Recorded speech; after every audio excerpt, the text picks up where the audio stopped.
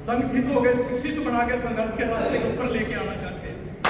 तो बाबा साहब उनका कभी आदर्श नहीं था और ना होगा। वो मनुस्मृति के अनुसार उसी ब्राह्मणवाद को स्थापित करना चाहते हैं और जिसके रास्ते के अंदर सबसे बड़ा रोड़ा अगर है तो वो बाबा साहब है। बाबा साहब उनकी राजनीति को रोकता है। बाबा साहब के अनुयायी करोड़ों हैं, लेकिन उनकी कोशिश है कि इन जो बाबा साहब को अपना देवता मानते हैं उनको डिवाइड करो, और उन्होंने एक डिवाइडेशन आज आरक्षण के माध्यम से कर दी है।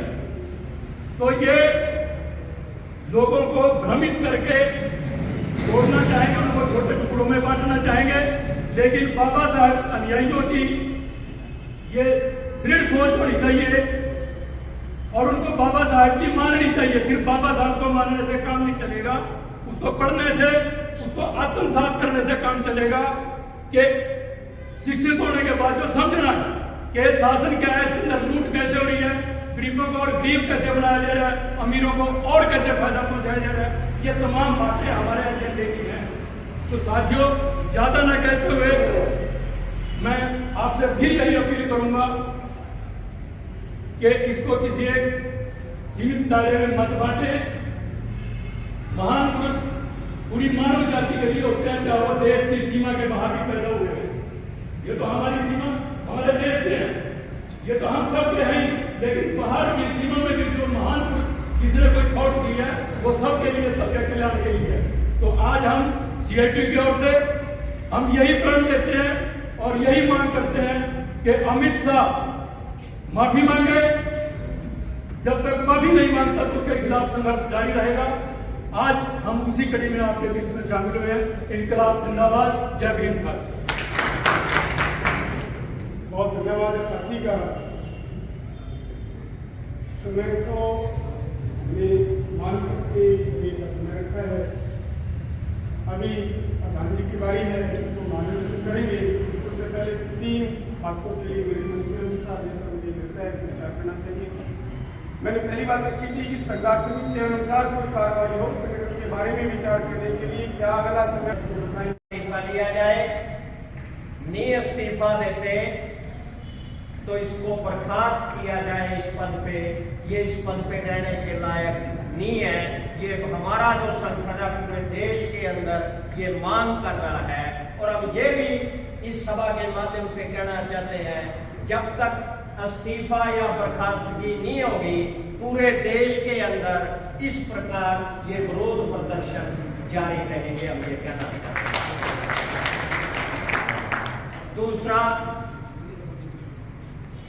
जो यहाँ संख्या की अभी बात कर रहे थे, वैसे मेरा कोई इस पे बनता नहीं, लेकिन बहुत अच्छी संख्या है। आज के इस परिदृश्य में जो साथी आए हैं, ये तमाम साथी बधाई के पात्र हैं। जो एक सम्मानित हमारे जो बाबा साहब थे उनके बारे जो टिप्पणी की गई है उसका विरोध दर्ज करने के लिए आए। तो ये संख्या थोड़ी मैं नहीं मानता, लेकिन मुझे बड़ा अच्छा लगा, मुझे किसी ने कोई सूचना नहीं दी। एक ग्रुप के अंदर साथी नीरज जी हैं, मैं उनको जानता भी नहीं। उनका मैसेज था कि हमने ये 2 सभाएं की और वही आज का एक कार्यक्रम निश्चित किया है। तो उन्होंने, मैंने उनसे समय और स्थान भी पूछा कि समय कब रहेगा, स्थान क्या रहेगा।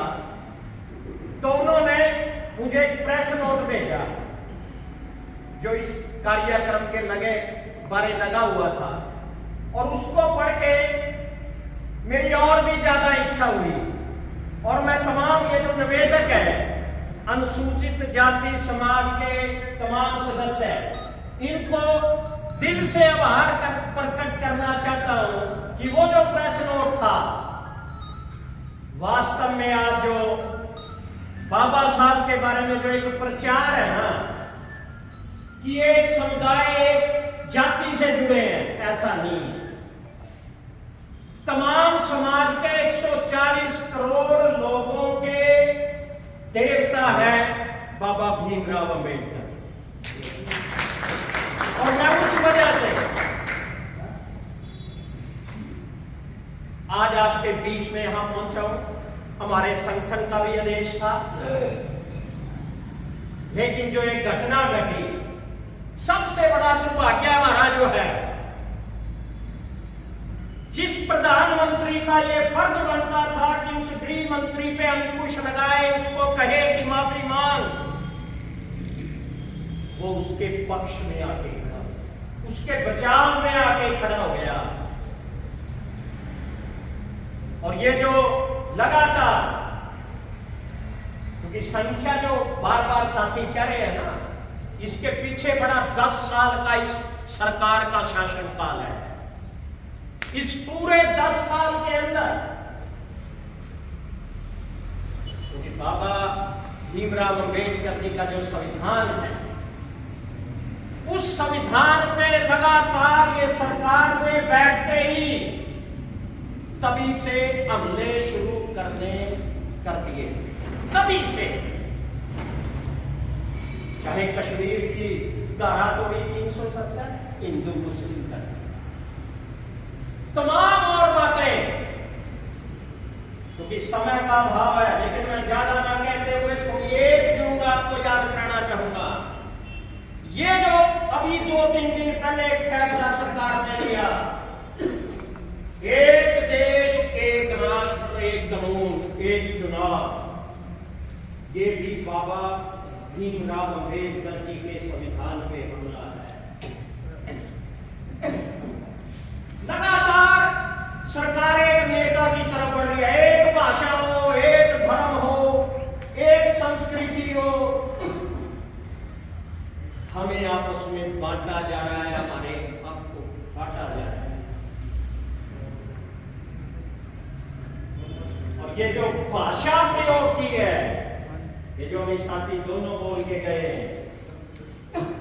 अंबेडकर 6-7 बार कहा है। क्यों कहा, ये जरूर आपको जानकारी होनी चाहिए। देश की संसद के अंदर 75वीं वर्षगांठ चल रही है इस संविधान की, उस पर चर्चा चल रही है। तमाम राजनीतिक पार्टियां, क्योंकि जब संविधान पे चर्चा है तो बाबा साहब का नाम ना आए, कभी हो सकता है? सबने बोला, सबने। तो अंदर से जो उनका एक वो मनु समृद्धि के मानने वाले लोग, जो इस संविधान को नहीं मानते, वो अंदर से उनका गुस्सा, जो एक बाबा साहब के प्रति जो एक अक्षोभ था, वो निकल के आया उन शब्दों के द्वारा। और ये कहना कि अगर इतनी बार बाबा साहब का नाम लेते तो 7 जन्मों का स्वर्ग मिल जाता। हम कहना चाहते हैं गृह मंत्री जी, हमारे भगवान तो बाबा भीमराव अंबेडकर हैं, जिन्होंने आज जो हम यहां सभा कर रहे हैं, बोलने का अधिकार, मीटिंग करने का अधिकार, ये सब उस संविधान ने दिया है। अगर वो संविधान ना होता तो आज हम मीटिंग ना कर पाते, हम बोल ना सकते, हम ये विरोध ना कर सकते। और इस विरोध की आवाज को भी ये मोदी की सरकार लगातार दबाने में लगी हुई है। आप देख रहे हो किसानों का आंदोलन चल रहा है, मरने को पड़ा है किसान नेता, कोई सुनवाई नहीं, जबकि लोकतंत्र में ये मर्यादा है कि आप बैठ के उनसे बात कीजिए। ये भी एक संविधान पे हमला है कि बिल्कुल हमने किसी की नहीं सुननी, मर्जी है भाई, जो हम करेंगे वो लागू करेंगे।